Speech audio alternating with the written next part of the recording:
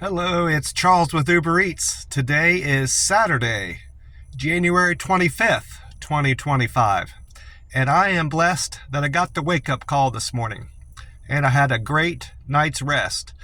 I didn't mention this before, but when I went to Walmart, I had went there for another purpose, not just getting the gloves, which these gloves are going to work out just fine. They've got this extra fabric on the palm, and I think that's going to make the biggest difference in making these gloves last me longer. I looked them up online, and they're cattleman's gloves, and that extra padding is for rope, the rope that you have in your hand, the cattlemen have when they're roping steer, and just in general farm work, you have rope in your hand. Well, they're all leather, and I can just tell they're going to hold up much better than any other gloves I've had. So I'm glad I spent a little bit more on these gloves to protect my hands and just to keep my hands from getting grimy from the boxes and the pallets I have to lift and carry all day. So it'll keep splinters out of my hands too. So very happy I bought these gloves. But anyway, I went up to Walmart because I had been getting cold overnight in the apartment. Our landlord, the way our rent is set up, we don't pay any of the utilities, electric, gas, or water, any of this. We just pay a flat rate for our rent, and it's very cheap. I've looked around Oklahoma City and compared prices for rent, how much I'd be paying for a one-bedroom apartment. And of course, I've got roommates, but a lot of people have roommates and they still factor in how much they pay on rent and utilities and all that. I am saving a great deal of money having there's 6 of us there, we'll have 5 roommates. And she's benefiting from getting so much money from all of us in rent. So it's a win-win situation. But there's some things that I have to accept with living in an apartment like this with roommates and saving so much on rent. She doesn't allow us to have the thermostat above 65 degrees in there. And it's fine during the day when the sun's out, but overnight it gets too cold in there for me. And it gets so cold that I wake up even though I've got a quilt on. So this is going to probably sound unusual to you, but I've found in the past I used to have a sleeping bag, and I used to sleep in a sleeping bag when I got cold at night. I don't know what happened to it. I lost it at some point when I went out to Vegas. I know I had it when I left Columbus, but somewhere between Columbus and Vegas, I ended up losing it somehow. I don't know. I think I lost it in that first place I lived in. Somebody probably stole it from me. But I went out and bought another one, and they're not expensive at all. This one was only $20 at Walmart, and it'll keep you warm up down to 35 degrees. So it's plenty warm. In fact, I end up having to unzip it a little bit to keep from sweating. It gets to be so hot. But on account of having that sleeping bag and sleeping in that overnight, I've been sleeping so good. And I feel so much better for it. So that's one thing I wanted to share. I had a good day at work yesterday. We did over 10 hours. They had promised us, told us we would only be working 9 hours. They said that when we opened our shift yesterday, that it was going to be a 9-hour day, and they were going to stop the pick from throwing in order to get us out at night. Well, that didn't happen. It was more than we worked. Even counting our half-hour lunch break, we got paid for 10.5 hours yesterday. We were there 11 hours. Didn't get done until almost 4. So it was a long day, but it went quick. I ended up talking to a guy. I had seen him in there. Of course, he's on our buffer team, and I talked to people. I engage with people in conversation and stuff, but it's usually brief. But I had a pretty good talk with this guy. He was floating around helping different people in the buffer area. That was his job assignment for this week. And he got to telling me how aggravated he is with my neighbor.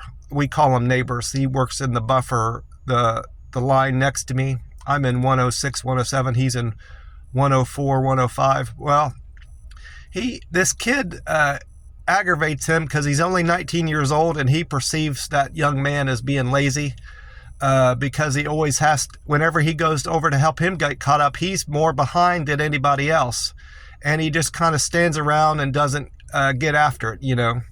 Well, I didn't tell this guy this, but I don't perceive that young man as being lazy. He's got bad work habits, but he shows up to work every day. A lazy person isn't willing to go to work, in my opinion, in general, and doesn't go. And if you're holding down a warehouse job, even to the extent that this young man is, you're not lazy. But I wasn't going to convince this guy otherwise, so I didn't engage him in that line of reasoning. And then later on in the day, we started talking about grocery prices. I'm not sure how that got started. But I ended up telling him I go up to Crest grocery store, and I couldn't believe how expensive their eggs are.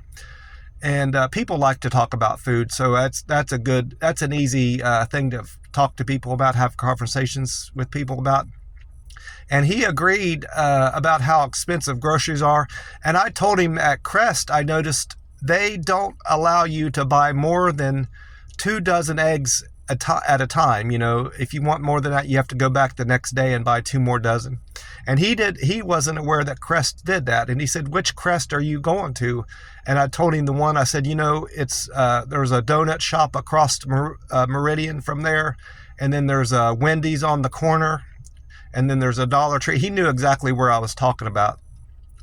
And he said, I wasn't aware that they were doing that. I think he actually shops at Walmart, but he was feigning interest and observant of what Crest does, but he wasn't aware. He wasn't even aware that they have hot meals in there like Walmart does. You can go into Crest and get fried chicken, corn dogs, mashed potatoes and gravy and stuff like this. I think slaw too. I didn't really look too much at their dinner count in their window there, but in their deli, but they have hot lunches there during the day, and rotisserie chicken you can get.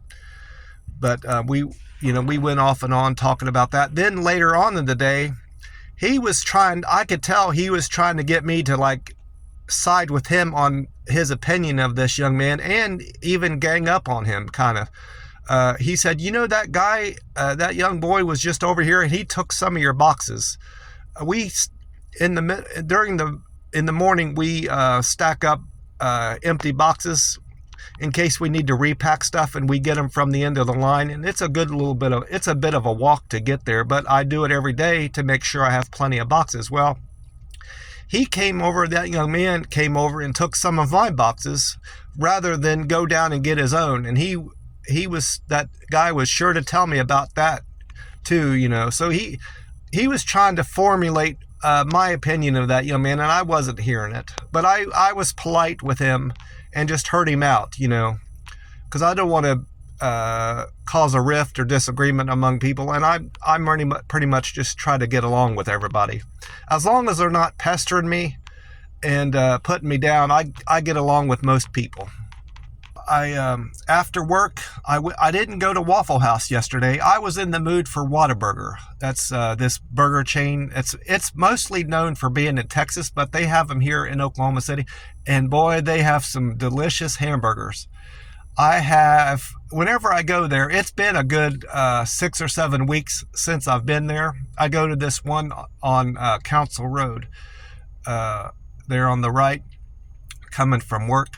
Well, I always order their double burger meal with sometimes I get French fries and sometimes I get onion rings, but this time I got onion rings and a diet Dr. Pepper. Well, I always order extra onion on there. And like I said, I always frequent this particular one, and there's an older lady that's always working the dining room cash register. Well, I had been at least 7 weeks since I've been there. And this time I didn't have my work ID on. So I don't know how she remembered me, but she did.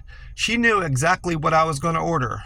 And you know, while I was there, at least 10 different people came in and ate and left while I was there, because I like to spend about an hour to 90 minutes and enjoy my meal and just take my time to make sure I feel satisfied with it. Well, while I was there, at least 10 people came and left. She has a lot of people to wait on, and the fact that she remembered me and my order is just unbelievable. And she's not a young person. She's got an older mind, like myself, and older people tend to forget stuff. I forget stuff, but she certainly remembered me. I hope she doesn't remember me because I made a bad impression on her. Hopefully it's a good impression, and that's why she remembers me. But she knew that I ordered a double burger, no cheese or bacon added to it, extra onion, and diet drink. She didn't remember the fries and the onion rings because I change that up from time to time, but I'm always nice to her and speak to her when I'm in there. I think service workers get treated pretty poorly. I know I was in a restaurant business in the pizza place. I didn't have a lot of experience with customers from the pizza place, but I did bus tables in this steak place back in Columbus, and people are very nasty, and they just find a reason to put you down, and just find a reason to not like their food so they get a discount or not pay at all for it. That's why I think people put up a fuss about their meals and just carry on, because they don't want to end up paying for their meal. If you don't want to pay for your steak dinner and your grilled potato, French fries, or any other side you get, don't go in the first place if you're not willing to pay for that. You know the prices of stuff when you get there. But that's my opinion on that. So we I'm enjoying my weekend. I ended up going to the library after work yesterday. I looked at the website for this library, and I thought it was open until 9, but it closed at 6. And I'm thankful that I had in mind to just take my time to make sure I have everything printed, because I had to print my W2 from both my jobs, the warehouse job and Uber Eats. I had to get all that printed, and I had to print a new insurance card because mine had expired on the 16th of January. So I'm good for another 6 months on my insurance card. I was good anyway, but I want to be able to prove I have it if a cop pulls me over. And I have that now. And I updated my insurance with my Uber Eats, so I'm back to being able to deliver again if I want. I don't assume I will be delivered anytime soon, but I could if I wanted to. Well, I get there to the library, and it was almost 5, and they were closing at 6, and I didn't know this at the time, so I got sat down, and I was having a hard time figuring out how to get my W2 for the warehouse pulled up, because they didn't give us any instructions. It's all on the website. They didn't tell us. I like to have people tell us how to do stuff in person, but everything was online telling me how to do that, and I figured it out as far as pulling it up, but there was no print icon on the page that was displaying my my W2, so I had no way of sending it to the printer, if that makes sense. So I clicked this other button that looked like a download button, and I assumed it was going to give me the option of linking it to an email, and it didn't. It just kept downloading it to the hard drive on the computer at the library. So I had to have one of the workers come over and show me how to email it to myself.